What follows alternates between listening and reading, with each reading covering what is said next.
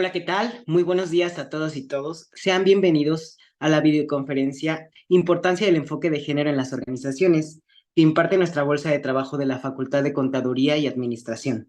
El día de hoy tenemos el gusto de contar con la presencia del maestro Marco Osorio, quien se encargará de compartir sus conocimientos en el tema. La Facultad de Contaduría y Administración, a través de sus talleres y videoconferencias, quiere darle la bienvenida al maestro Marco Antonio Osorio Orozco.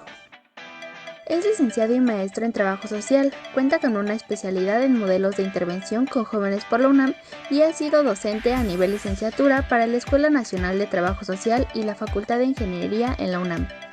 Cuenta con 10 años de formación profesional, en los cuales ha colaborado en organizaciones de la sociedad civil, entidades académicas y dependencias de gobierno, tales como el Programa de las Naciones Unidas para el Desarrollo, el Instituto para la Atención y Prevención de las Adicciones de la Ciudad de México y el Instituto de Investigaciones Sociales de la UNAM.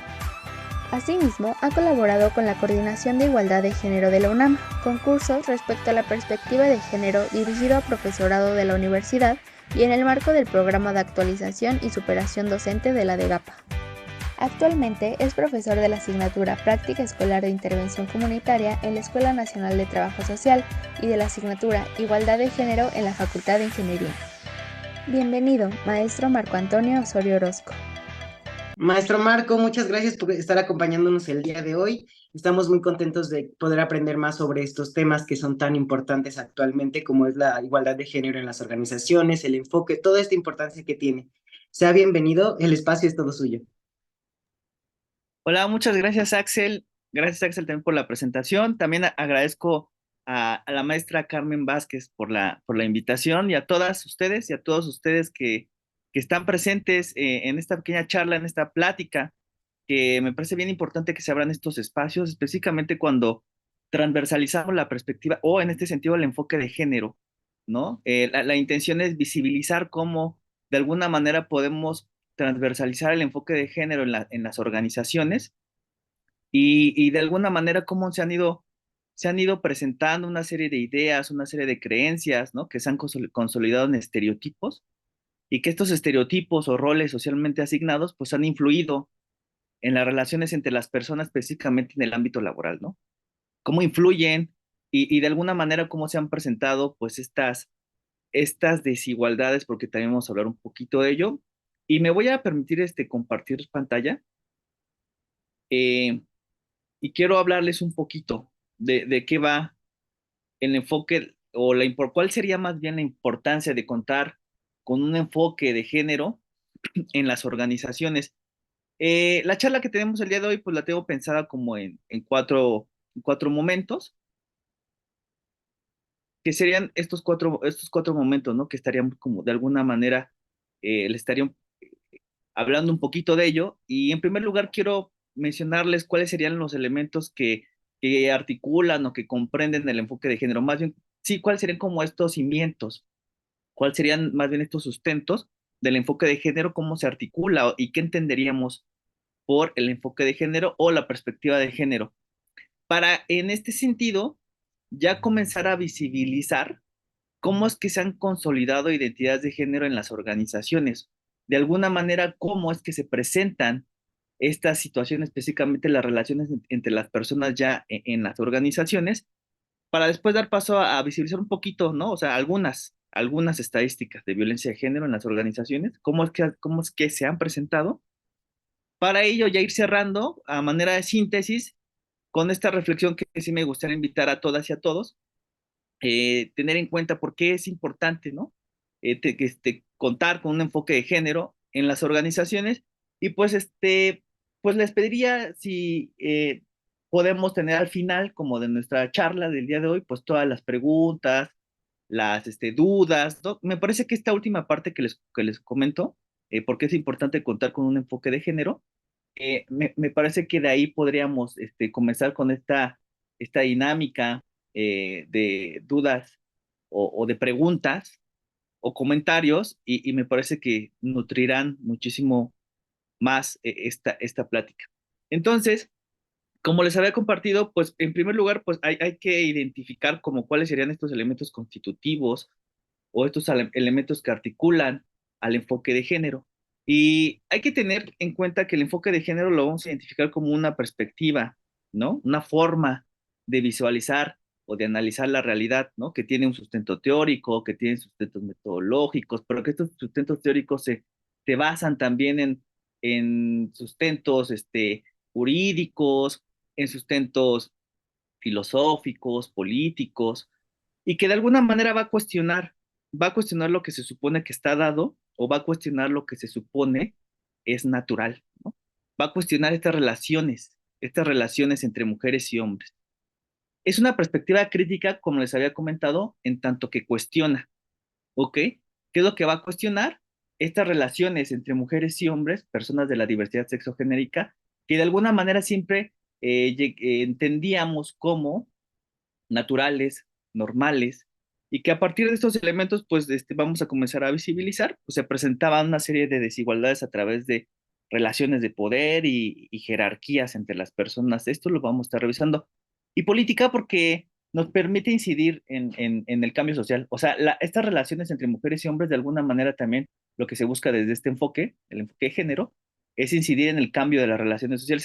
Entonces, en tanto que se incide en el cambio social, en tanto que se incide en el cambio entre las relaciones entre las personas, pues lo vamos a mostrar como una incidencia también política en el sentido de que busca generar un cambio, una incidencia, en este sentido, en las relaciones entre las personas, mujeres, hombres, diversidad sexogenérica. Pero miren, esto también es bien importante.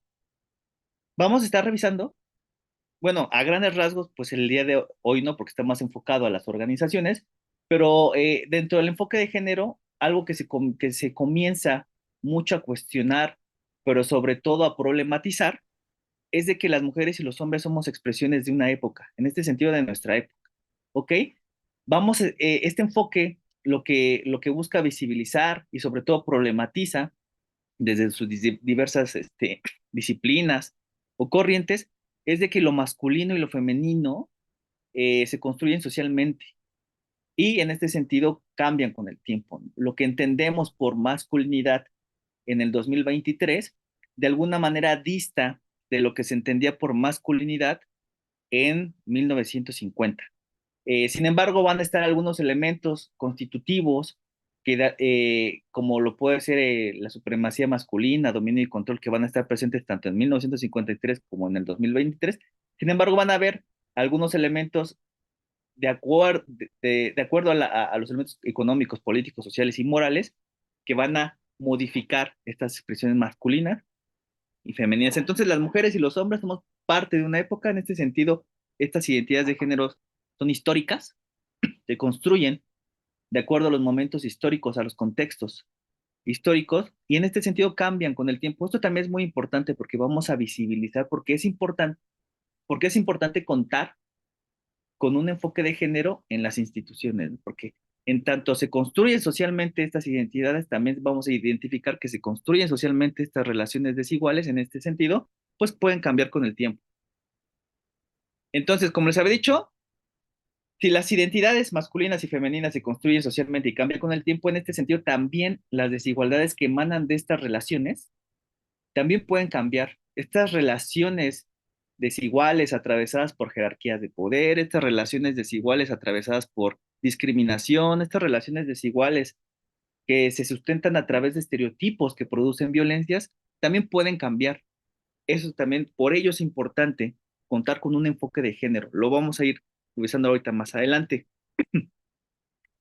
Eh, y como algo bien importante que me gustaría como centrarme ahora, son los estereotipos de género, ¿no?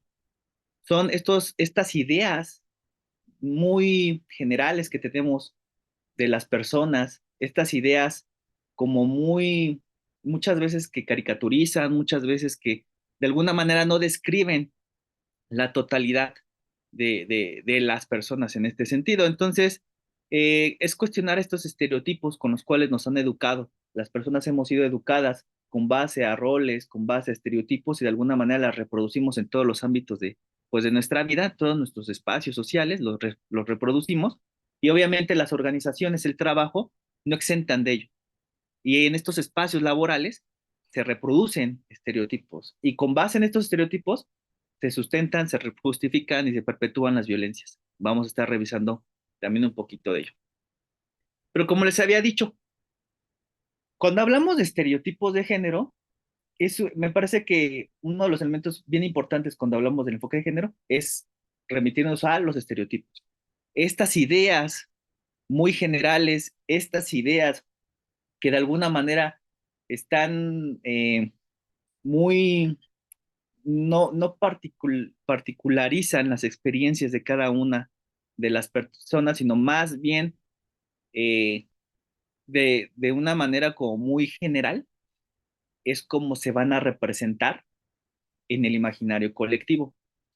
Cuando vemos un color rosa y una plancha, o cuando vemos un color azul y un balón de fútbol, es que en términos simbólicos, en el imaginario social, ya tenemos de alguna manera esta idea de lo que implica ser una mujer o de lo que implica ser un hombre. Esta idea que tenemos las personas de lo que implica debe de ser una mujer o lo que implica debe ser un hombre, la tenemos muy, muy arraigada por los estereotipos de género. Estos estereotipos de género, de alguna manera, en este imaginario social, van a quedar consolidados. Los estereotipos de género se van a articular a partir de representaciones, ideas, creencias, lo que debe de hacer, lo que no debes de hacer, en qué espacio puedes estar, en qué espacio no puedes estar, y se va de alguna manera construyendo una idea de lo que es una mujer o una idea de lo que es un hombre. ¿Ok? Y esta idea en el imaginario colectivo de alguna manera la comenzamos a reproducir en otros espacios. Este es un pequeño concepto de ello. Son estas concepciones asumidas de acuerdo al contexto social, ¿no? Como les había dicho, el estereotipo masculino en 1950 dista mucho del estereotipo masculino en 2023 y dista por las condicionantes políticas, económicas, sociales, morales, religiosas, sexuales, ¿ok? Por ejemplo, me pongo a pensar en Pedro Infante, un gran estereotipo del México de los 1950, ¿no? La figura de Pedro Infante, y me pongo a pensar también en la figura de Bad Bunny en 2023. De alguna manera, ambos constituyen esta idea de lo que representa, de alguna manera, ser un hombre. Sin embargo, va a distar mucho respecto a cuestiones morales, tal vez sociales, políticas, sexuales, ¿no? Por ejemplo, uno nunca iba a ver a Pedro Infante que perreando o que le perrearan a Pedro Infante, ¿no? Sin embargo, vamos a ver que de alguna manera los elementos morales, culturales, sociales de una época son las que van a ir constituyendo estas identidades, ¿no? Estas representaciones simbólicas. En este sentido, lo que una mujer o un hombre debe de sentir, pero no solamente debe de sentir, sino cómo se debe de comportar, qué es lo que debe de hacer, ¿no? O sea, yo me pongo a pensar en Peso Pluma, a diferencia, por ejemplo, de Pedro Infante, obviamente, pues Pedro Infante se espantaría de lo que canta Peso Pluma, ¿no? Y obviamente no estoy metiendo ningún juicio de valor ni nada por el estilo, sin embargo, las prácticas que de alguna manera escuchamos ahora en estos, por ejemplo, corridos tumbados, pues distan mucho de los elementos y criterios morales de hace 70 años, 80 años. Es a lo que quiero llegar. Sin embargo, van a presentarse como identidades hegemónicas, masculinas hegemónicas, que muchas de ellas vamos a estar revisando que siguen estando presentes la supremacía masculina, el dominio y el control. Entonces, esto me parece como muy importante. De ello deviene que otro de los elementos muy importantes que abordamos cuando estamos hablando desde el enfoque de género es cómo nos han enseñado a comportarnos a las personas, cómo nos han enseñado a comportarnos a los hombres y cómo nos han enseñado a comportarnos o cómo les han enseñado a comportarse a las mujeres. Y vamos a estar revisando que estos elementos que de alguna manera van a ir construyendo conductas, van a ir construyendo deseos, van a ir construyendo formas de expresarnos, pero sobre todo formas de relacionarnos con las personas, van a ser elementos que hemos aprendido. Si algo tiene el género, o lo que se le llama desde los estudios de género o el enfoque de género, que es la construcción social del género, si algo tiene esta construcción social del género es de que se aprende, es aprendida. Y la aprendemos las personas, y cuando escuchamos de aprenderlo, no necesariamente tiene que ser como en estas instituciones de educación formal, sino aprendemos en la familia, aprendemos en la escuela, bueno, obviamente en la escuela desde el currículo formal, pero también en el informal o el oculto, como le llaman, O también aprendemos en el barrio, aprendemos en el transporte público, aprendemos con nuestros pares, que son nuestros amigos, nuestras amigas, aprendemos en la iglesia, los discursos religiosos, pero sobre todo los medios de comunicación. Y todos estos elementos que vamos a aprender es de alguna manera, como bien aquí dice acá atrás, estas representaciones simbólicas de lo que las mujeres, los hombres deben de ser, deben de sentir, cómo se deben de comportar, cómo nos debemos de vestir, qué debemos de escuchar, pero sobre todo, cómo debemos de ser funcionales en el orden, en la organización social, ¿no? En el orden social, cómo podemos ser funcionales. Esto lo vamos a ver más adelante cuando ya tiene que ver con la cuestión del trabajo, pero cómo nos han enseñado a comportarnos. Y vamos a estar revisando, por ejemplo, en esta imagen, que de alguna manera simbólicamente se están gestando una serie de creencias, se están gestando también una serie de representaciones, una serie también hasta de discursos, de lo que implica en este sentido ser una identidad masculina y lo que implica ser una identidad femenina. Pareciera que es una imagen, ¿no? Pues muy, podríamos decirlo, muy eh, ay, se me fue la palabra, una imagen muy, bueno, pareciera que no, esta imagen no está cargada como con otros atributos más que lo que queremos, lo que se pretende visualizar, que es una princesa, una niña como de princesa con unas alas y un niño disfrazado como de caballero, muy, como si fuese muy tierno, muy, sin embargo, vamos a estar visibilizando en esta imagen que hay elementos simbólicos bien importantes de situaciones que van a articular la identidad masculina y situaciones que van a articular la identidad femenina. Podemos ver, por ejemplo, el escudo o la espada como símbolos, por ejemplo, de protección y de proveer en este sentido seguridad, por ejemplo, ¿no? La espada también con una cuestión de valentía, con una cuestión como de honor, la espada, ¿no? de, de liderazgo, ¿no? ¿Qué implica que en este sentido el niño esté como de pie y en este lado la niña esté como sentada, como esperando, ¿no? Con unos colores pastel, tal vez, disfrazada de princesa, con unas alas que de alguna manera implica como esta cuestión de pureza, ¿no? Lo blanco y los colores pasteles de pureza y por otro lado tal vez unos colores más vivos, ¿no?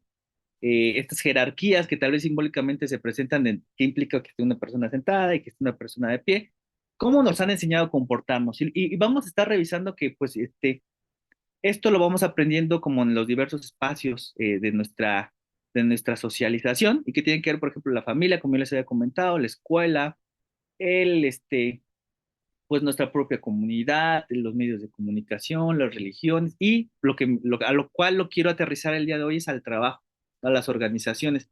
Pero también quiero otro elemento muy importante, que es desde la perspectiva de género, o el enfoque de género, son a qué nos referimos cuando hablamos de roles. Ya hablamos de los estereotipos, que son estas ideas asumidas, muy generales que tenemos respecto a una persona, un colectivo de personas, ¿no? O hasta de objetos. Pero y cuando estamos hablando ya de roles, estamos hablando de estas conductas estereotipadas, como bien lo dice en el segundo párrafo, de alguna manera de lo que se pretende tiene que realizar una persona, ¿no? Ya sea una mujer o un hombre. Por ejemplo, tradicionalmente se ha asignado a los hombres los roles de políticos, mecánicos, jefes, es decir, el rol productivo, y a las mujeres se les ha asumido este rol de amas de casa, maestras, enfermeras, ¿no? Que es el rol reproductivo. Esto se va a dar a partir de un elemento bien importante que se le conoce como la división sexual del trabajo. Es a partir del cuerpo sexuado de las personas, a partir del sexo de las personas, es que se comenzará, en términos culturales, a organizar en lo social las actividades de lo masculino y las actividades de lo femenino, ¿no? Los hombres y las mujeres. Los hombres en este sentido, pues en el espacio público, productivo, y las mujeres en el espacio privado, reproductivo, en tanto en un sistema capitalista, las personas estamos en un sistema, perdón, en un espacio público donde tenemos la posibilidad de generar capital, en este sentido, pues tenemos mayor posibilidad de movilidad social, ¿no? En tanto estoy en el espacio donde puedo incidir en el trabajo, pues entonces puedo obtener ingresos. En este sentido, vamos a comenzar a visibilizar una brecha en aquellas personas que están en el ámbito reproductivo, en el espacio privado, y vemos que en este espacio privado, pues esta generación de capital ha sido invisibilizada o no reconocida, ¿no? Entonces desde ahí comenzamos a visibilizar estas estas brechas específicamente, como lo estaba comentando hace ratito, términos económicos, pero vamos a comenzar a visibilizarlas desde otros espacios. Es importante señalarles, compañeras, compañeros, que el género no, o en términos como muy, cuando escuchamos, por ejemplo, violencia de género o enfoque de género, es muy común que se le relacione solamente a las mujeres, ¿no? Me parece que por cuestiones lógicas, porque pues quienes más de alguna manera se han visibilizado violencia, se han visibilizado estereotipos y estigmas, es hacia las mujeres, ¿no? Por su condición de género. Pero también vamos a visibilizar que hay personas que zafan de estos marcos normativos del género, como pueden ser de la orientación sexual o de la identidad de género, hombres, por ejemplo, que también sufren este tipo, ¿no? De violencias. Entonces el género afecta tanto a hombres como a mujeres, ¿ok?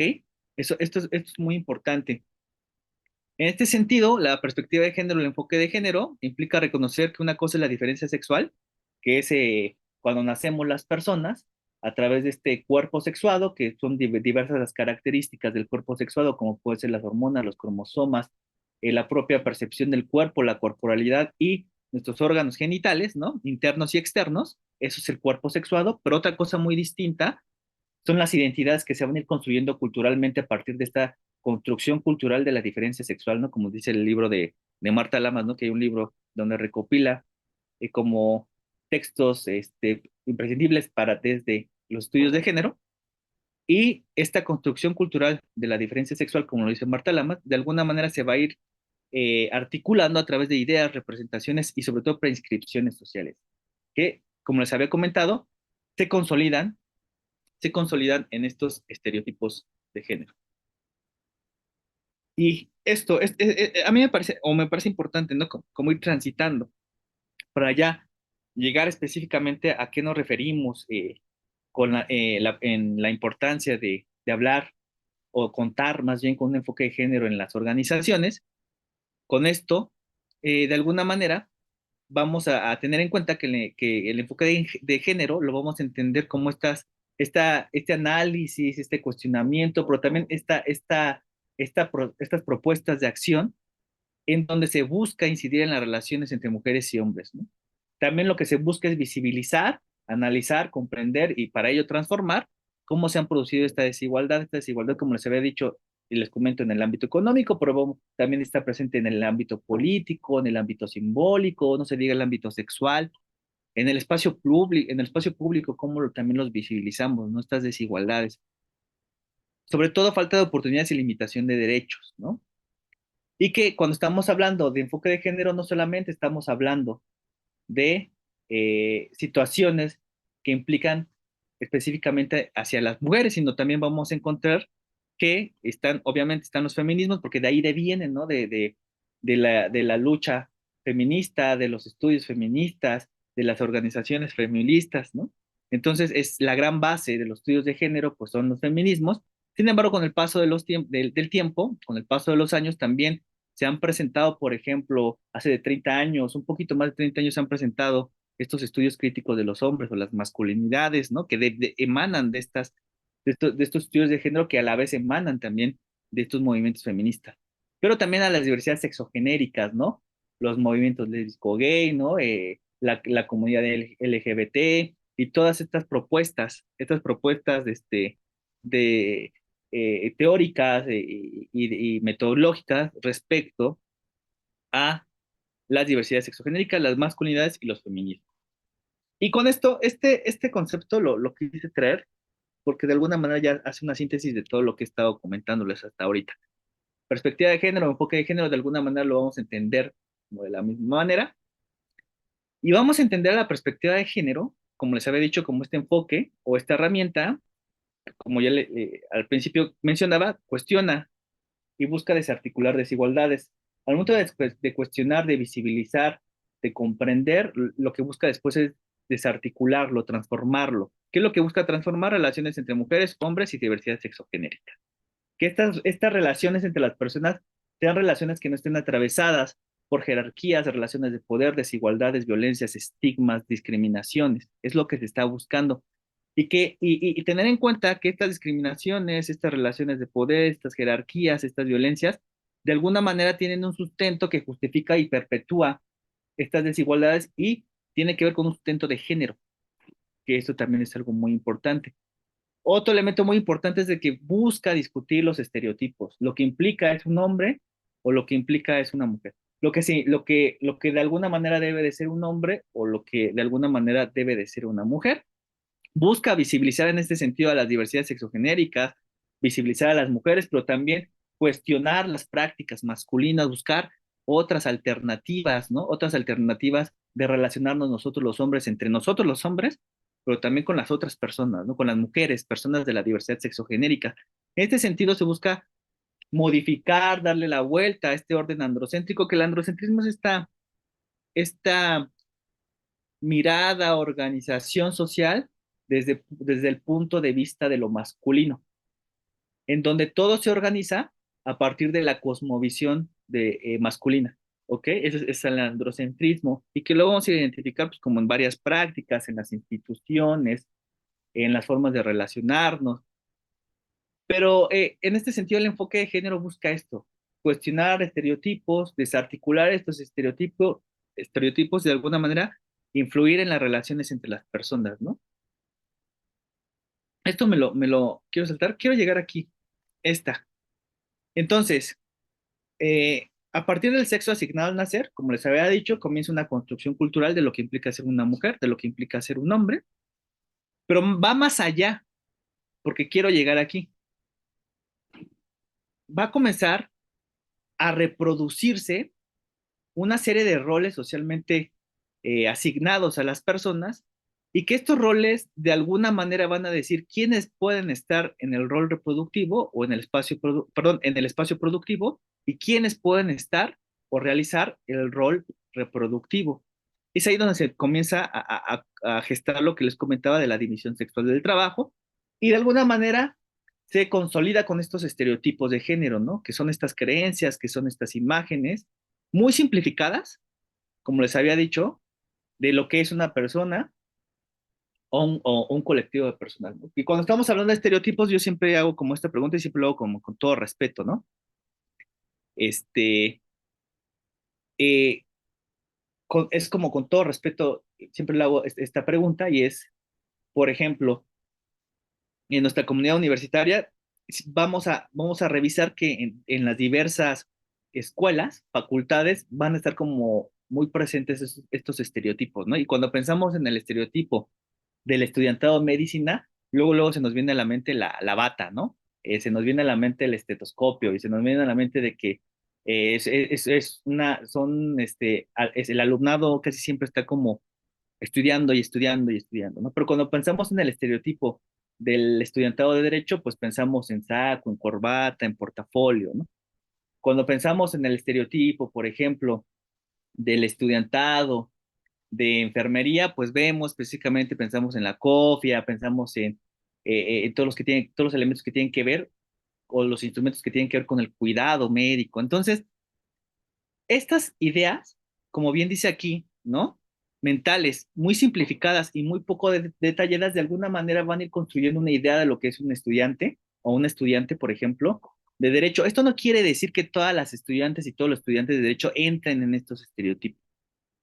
No, de alguna manera es una imagen muy simplificada, pero que sí se queda aterrizado, como en la cultura se queda también aterrizado y sobre todo en este imaginario colectivo de lo que implica ser una persona, en este sentido un estudiante, ¿no? Un estudiante o un estudiante de derecho. Pero a lo que quiero llegar, esto es como manera de cierre para ya pasar explícitamente a la cuestión de las organizaciones. Cuando hablamos de la construcción social del género, de cómo de alguna manera nos enseñan, cuando les decía qué estereotipos existen entre mujeres y hombres, y en este sentido, cómo nos han enseñado a comportarnos a las mujeres y a los hombres, es que las personas aprendemos e interiorizamos estas normas culturales. Los hombres no lloran, siéntate con las piernas cerradas. De alguna manera aprendemos e interiorizamos durante el transcurso de nuestra vida los elementos socioculturales. los aprendemos, los interiorizamos, pero sobre todo los integramos a la estructura de nuestra personalidad. Nos adaptamos. Entonces, en este sentido, vamos a estar dentro de un proceso biopsicosocial donde nos adaptamos al entorno. ¿Ok? Es un marco normativo el que de alguna manera va regulando las conductas.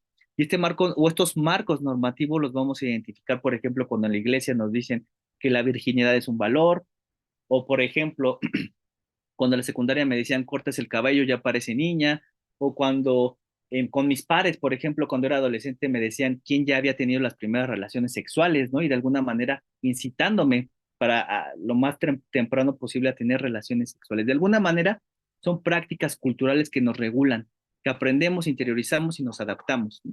En este sentido, pues vamos construyendo estas ideas, como les había dicho, en la familia, ¿no? En la escuela, vamos a ver que en las religiones hay estos discursos, los medios de comunicación también constantemente nos están vendiendo la idea, sobre todo desde la mercadotecnia, ¿no? La idea específicamente de lo que implica ser una mujer o un hombre. Me acuerdo mucho de un comercial de antes, creo que sí era de Fabuloso, pero ya en estos comerciales de los 90 donde salía una mujer, ¿no? Una mujer totalmente arreglada, ¿no? Como bien peinada, bien arreglada, pero también arreglando su casa, bueno, limpiando su casa con Fabuloso, pero era en tanto que la mujer limpiaba, no sé, su cocina, pues lo hacía con una felicidad o con un goce, como lo dijeran por ahí, casi, casi orgásmico, ¿no? Cuando olía el Fabuloso. Entonces, de alguna manera se van construyendo ideas, ¿no? Estas ideas de lo que implica ser una buena esposa, por ejemplo. Y los medios de comunicación lo que hacían, por ejemplo, con este comercial de Fabuloso, pues era consolidarla. Consolidarla y al momento de que se consolida, también se le legitima. ¿Ok? Vamos a ver que el lenguaje también produce sentido, el espacio público, la propia ciencia, y aquí el trabajo lo tengo como en negritas, ¿no? Porque es a donde lo quiero ya encauzar, cómo estas ideas de lo que se tiene de lo que debe de ser un hombre o lo que debe ser una mujer, de alguna manera se van a consolidar, ¿ok? ¿Cómo se consolidan? Pues el primer, y como lo hemos escuchado, ¿no? Es como muy sabido, existe una desigualdad salarial. Uno de los estereotipos de género más arraigados en las creencias de que los hombres son naturalmente más competentes y valiosos en el trabajo que las mujeres. Y estas son ideas esencialistas que dicen que en tanto, porque los hombres, entre comillas, somos así por naturaleza, los hombres, competitivos, líderes, de alguna manera estos atributos esenciales, entre comillas, ¿no? Que entre comillas son naturales, los trasladamos a todos los espacios de nuestra vida social, específicamente también el trabajo, y se tiene esta idea, ¿no? Que por ejemplo en los puestos gerenciales, pues están, o los puestos corporativos, pues están los hombres, porque en tanto su esencia masculina, competitiva y de líder, de alguna manera les permite llevar a buen puerto estas organizaciones. ¿Okay? Entonces vamos a visibilizar una diferencia salarial. Miren, esta me parece muy bien. Esto es de hace ya 3 años, estas gráficas. Y que habla, por ejemplo, cuando hablamos de esta desigualdad salarial y específicamente pues, ya todo lo que tiene que ver con la cosmovisión del trabajo, de que las mujeres representan menos de la mitad de las cuentas en Afores, por ejemplo, ¿no? Vamos a estar viendo que las tendencias de cuentas de ahorro para el retiro, en un 57% están los hombres, sin embargo, las mujeres presentan menos de la mitad, ¿no? De las cuentas en Afore. Tiene que ver con estas desigualdades, ¿no? Esta desigualdad salarial. Pero no solamente la vamos a ver en la desigualdad salarial, también los vamos a ver en esta consolidación, como les había comentado, de los roles tradicionales. Estos estereotipos, como les había comentado, tienden a restringir a las mujeres y a los hombres a roles específicos en el lugar de trabajo. Ya pensémoslo en el lugar de trabajo, en las organizaciones. Con base en estos roles tradicionales es que se consolidan también en el trabajo. Entonces, por ejemplo, ahora que he estado en la Facultad de Ingeniería, era muy común antes que a las compañeras ingenieras les dijeran, pues usted debería de preocuparse por buscar quién la mantenga, porque como ingeniera se va a morir de hambre, ¿no? Se consolidan estas ideas en el ámbito laboral y se reproducen en este sentido de desigualdades y violencias, ¿no? A los hombres siempre se nos han concebido como competitivos, líderes y racionales, y por ello, pues, a los varones se entendería bajo esta lógica esencialista que se entienden más de la matemática, de la cuestión como racional, ¿no? Entonces, se reproducen estos roles tradicionales. Y vamos a ver que en todas las organizaciones, sobre todo en todos los trabajos, pues se van a ir presentando y reproduciendo estas ideas de, por ejemplo, si es un trabajo de construcción, debe de estar un hombre. Si es un trabajo de cuidados, debe de estar una mujer. Hay una falta de representación, los estereotipos de género también pueden influir en la falta de representación de mujeres en puestos de liderazgo. Chéquense, esto, ¿y qué mayor puesto de liderazgo en nuestra universidad que las investigadoras y los investigadores en nuestros institutos, ¿no?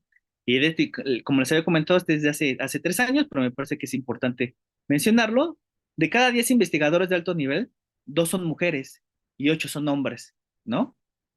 Beneficiarios de becas e investigadores del SNI, esto es a nivel nacional, las y los investigadores SNI, en el 2020, 2 eran mujeres, 8 eran hombres, ¿no? Por ejemplo, cuando hablábamos de becas para estancias en el extranjero, pues el 44% de las becas asignadas era para mujeres, el 56% para varones, pero sobre todo las personas investigadoras de alto nivel, que son el nivel 3 del SNI, vamos a ver aquí esta falta de representación que les comento de los estereotipos de género, la vamos a visibilizar acá. 76% son hombres, 24% son mujeres.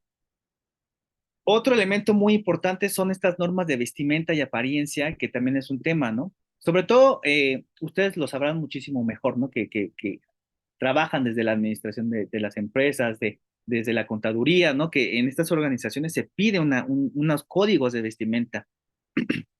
Sin embargo, con base en estas expectativas de género sobre cómo nos debemos de vestir las personas, de alguna manera estas ideas están influenciadas en cómo, por ejemplo, se debe de vestir una mujer, ¿no?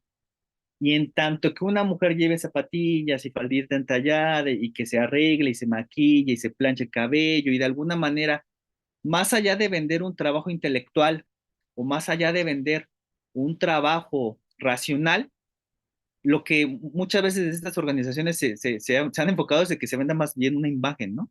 Se vende una imagen a partir de condicionar la vestimenta, de condicionar la apariencia, cuando en realidad lo que se debe vender es el trabajo intelectual de las personas, ¿no? Y los aportes innovadores en estas organizaciones, ¿no? Entonces, esto también es un gran tema, ¿no? Sin embargo, hemos visto que estos códigos de vestimenta lo que sí generan es discriminación y ostracismo. Ostracismo es esta forma así como de discriminar, ¿ok? Con base en este sentido a la vestimenta y las apariencias. Déjenme leer los comentarios, que también me parece muy importante. Bueno, Axel nos comenta, la mujer también me parece que era hace ratito, ¿verdad, Axel? En un ejemplo Sí, que estaba comentando. sí, sí, sí, gusta, ahorita leemos de una vez o quiere esperar al final. Sí, ¿qué te parece si al final vale, Axel? Sí, al final yo le ayudo a leer los comentarios. Si quiere, ahorita nos separamos, bueno, hacemos su ponencia y en un momento ya yo le ayudo a leer los comentarios para que usted vaya respondiendo.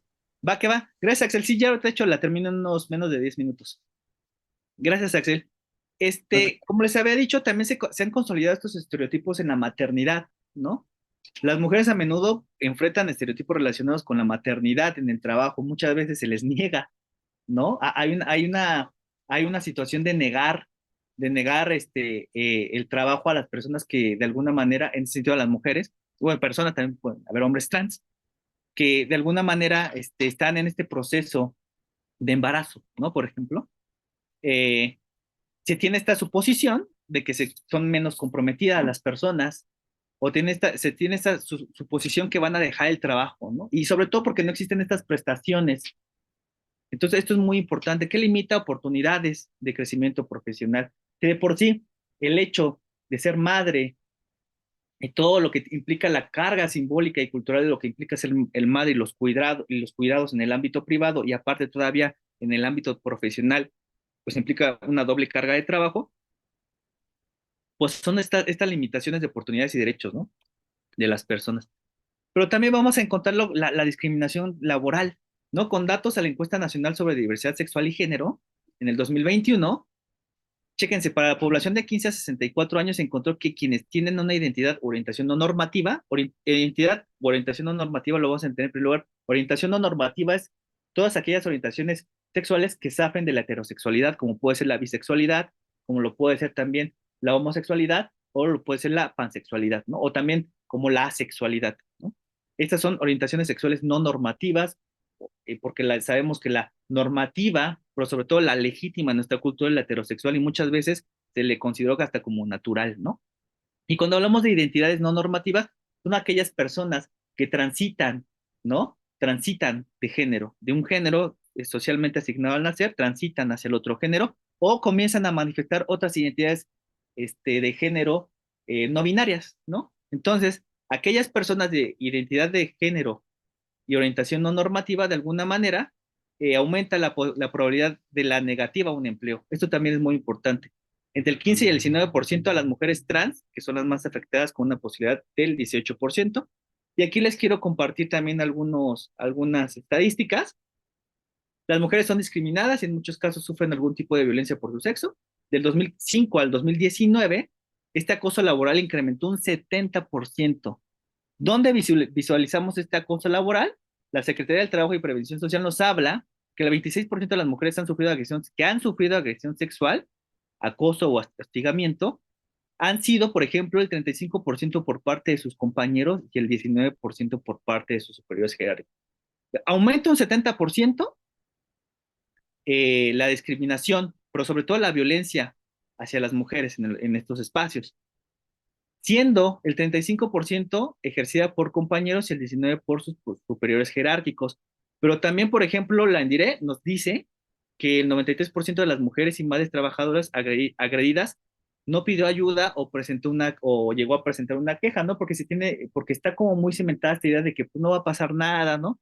Lo más probable es de que a mí me corran al momento de presentar una queja, ¿no? Porque dentro de las organizaciones siguen estando presentes estos posicionamientos androcéntricos, estos posicionamientos atravesados a través de jerarquías de poder, en donde se reproducen estas violencias. Pero también, por ejemplo, la encuesta nacional sobre diversidad sexual y de género nos dice que en el caso de la violencia en el trabajo, muestra que las personas con una orientación sexual no normativa, como les había dicho, tienen 18.7% de probabilidad de ser violentadas, ¿no?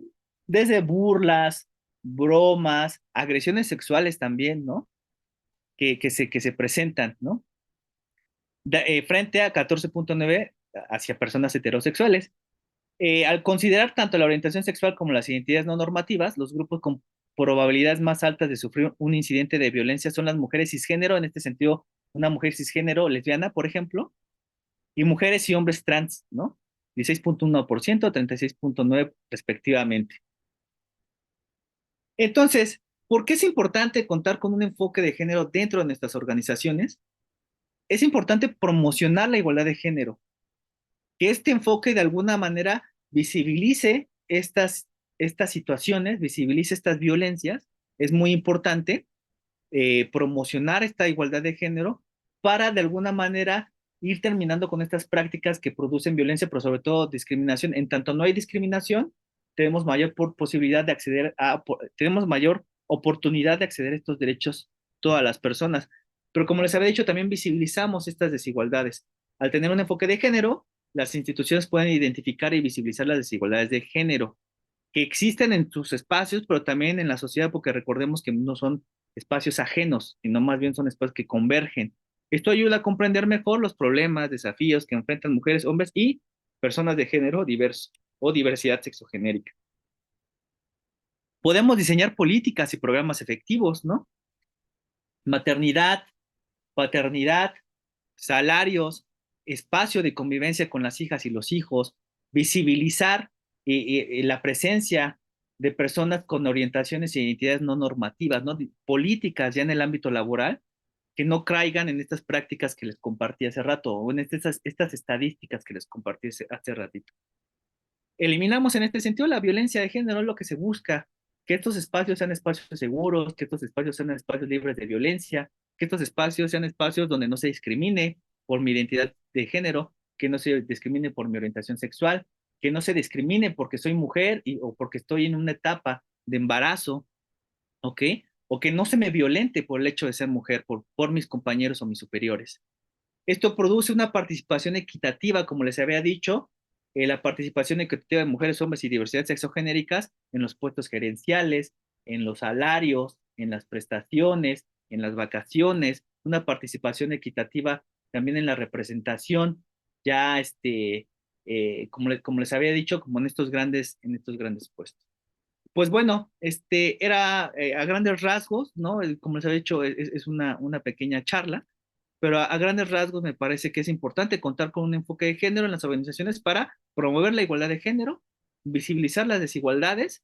Esto nos va a ayudar a diseñar políticas de trabajo efectivas, no discriminatorias, inclusivas, y de alguna manera estas prácticas, estas políticas van eliminando poquito a poquito la violencia de género.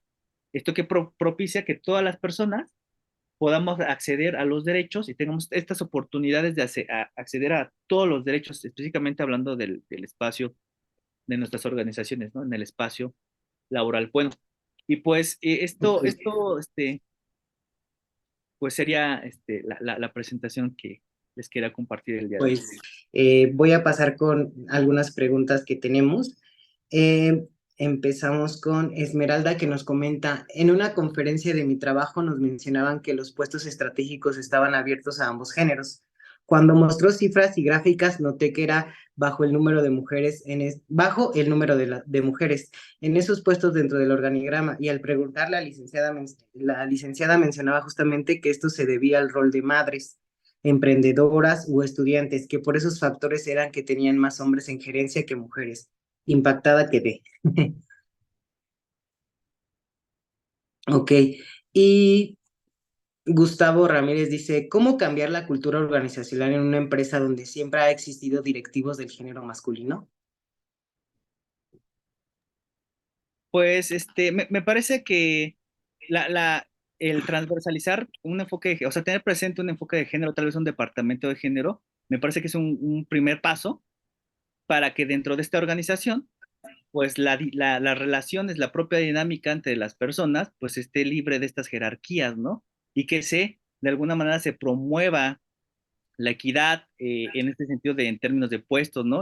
O la igualdad a estos puestos gerenciales, pero sería transversalizar la propia estructura, ¿no? La propia estructura del trabajo, sensibilizando respecto a los temas de género, ¿no? Visibilizando a las diversidades, visibilizando las violencias específicamente hacia las mujeres, pero también las violencias hacia nosotros los hombres, que las ejercemos también los hombres, ¿no? Estas ideas de que los hombres somos tiburones, ¿no? De que los hombres somos competitivos, de que los hombres somos racionales, ¿no? Y buscar otras posibilidades. Respecto a la bibliografía, hay un texto muy bueno de Guillermo Núñez, mexicano, trabaja masculinidades y el texto se llama La diversidad sexual. Él nos va a explicar en ese texto a qué nos referimos cuando hablamos de diversidad sexual y me parece que es uno de los referentes de las masculinidades en México. Guillermo Núñez, ¿qué es la diversidad sexual? Se llama, digo. Lo podemos encontrar en el PDF. Me parece que en términos de bibliografía, imprescindible para, para abordar los temas. Pero desde ser todavía has visto, o no sé si tengan tiempo de acceder, que estaba una manita levantada, pero bueno, como Sí, tú. sí, justo iba a eso. Jania tiene su manita levantada. Si gustas, puedes abrir tu micrófono, Jania, para tu participación. No sé si estará por ahí. Um, Justo. Puedes abrir tu micrófono, Jania. Ay, hola. Pues Hola. buenos días primero que nada a todas y a todos. Una excelente ponencia. Es un tema que a mí me gusta bastante.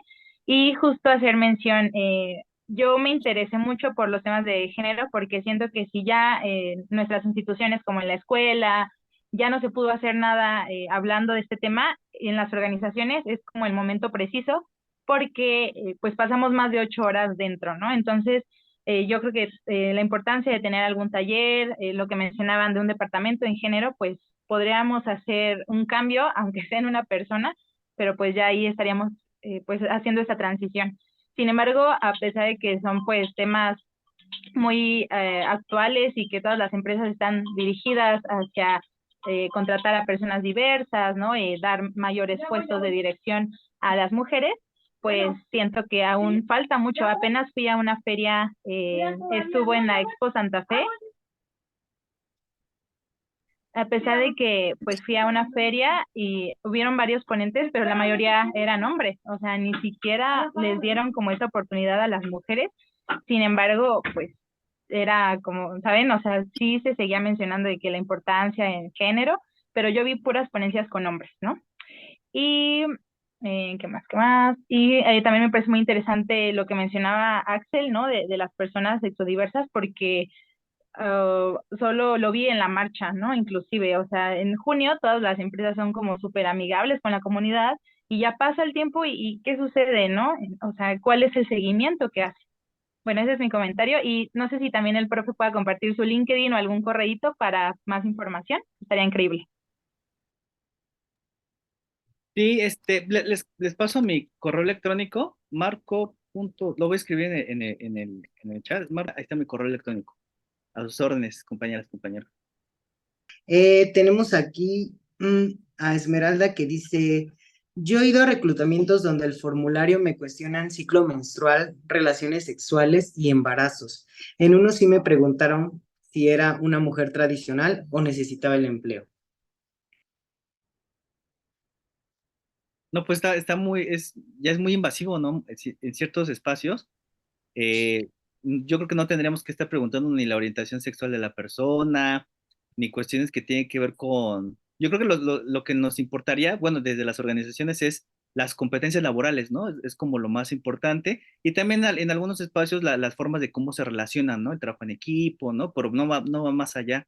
No tendríamos que estar como preguntando cuestiones personales bueno, a las personas, ¿no? Ahora sí que las personas. Exactamente. Este tipo de preguntas yo las he llegado a percibir más en empresas literalmente con un enfoque tradicional. Por ejemplo, hay una que se llama Road Track y ellos se dedican a hacer el GPS de Nissan Connect Finder de manera en producción 100% mexicana.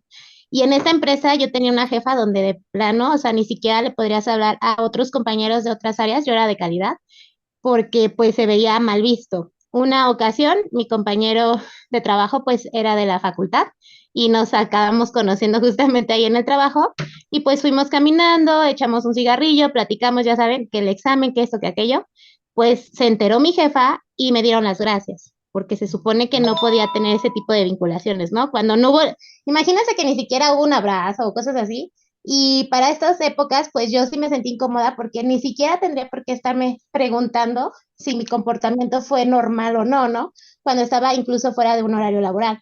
Entonces, no, yo no tenía como que la perspectiva de saber que ahorita este tipo de nuevas comunidades sociales, pues están viviendo lo que una mujer viene viviendo, no sé, a lo mejor los últimos 30 años, ¿no? Da vergüenza porque creo que ya tenemos una IA, ya llegó la humanidad a Marte y seguimos con ese improgreso de pensamiento social, ¿no? Creo que eso es lo que da tristeza.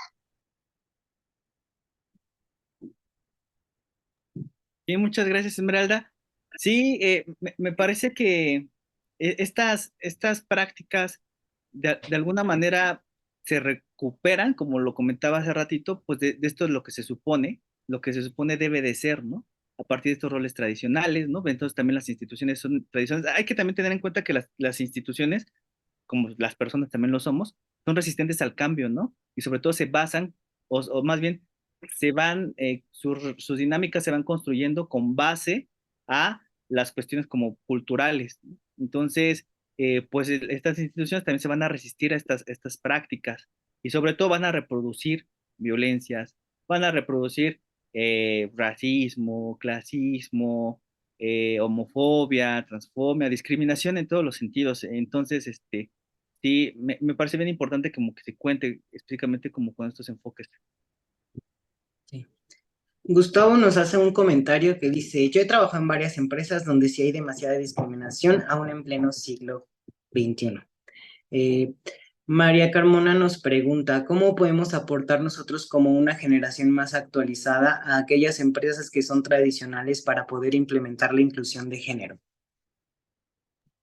Pues puede ser tal vez iniciando con una serie de talleres o cursos de sensibilización. Si damos cuenta también cuando vemos ahí en redes sociales, ¿no? Por ejemplo, que una persona o alguna organización o alguna empresa como cayó como en estas prácticas discriminatorias o homofóbicas, lo primero que vemos es de que con APRED ya, por ejemplo, ya vamos a tomar cursos, ¿no?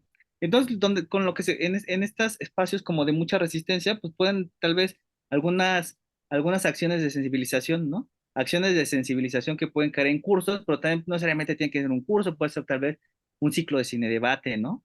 y que aborde estos temas, ¿no? Y que les llame la atención, o sensibilizar a partir de las experiencias propias de las personas. Entonces, yo creo que la sensibilización es lo primero, ¿no? Lo primeritito es sensibilizar, es visibilizar, y la sensibilización genera empatía, la sensibilización también genera, pues, que las personas también denuncien, ¿no?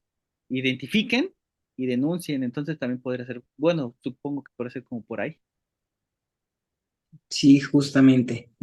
Nos pregunta Alexa Navarrete, ¿qué desafíos pueden surgir al implementar un enfoque de género en una organización y cómo pueden superarse? Pues el principal desafío yo creo que es las resistencias van a ser. Hace algunos años el decir todas y todos era impensable, porque decíamos, de acuerdo al lenguaje, todos también están englobadas todas, ¿no? Era una resistencia que se presentaba. Ahora la gran mayoría de las organizaciones ya es todas y todos, ¿no? Aunque siguen presentándose resistencias. Ahora esta propuesta del lenguaje inclusivo, ¿no? El uso de la letra E como un mecanismo de visibilizar aquellas identidades no binarias, ¿no? Que no se ajustan al binarismo de género. Entonces vamos a ver que se están presentando resistencias. ¿Cuáles son estos desafíos? Las resistencias que se van a presentar. Esto no es una moda, esto, pues en vez de estar perdiendo el tiempo en un curso, deberíamos de ponernos a trabajar. Entonces, estos son los principales desafíos, que existan resistencias y que estas resistencias no posibiliten estas prácticas de sensibilización.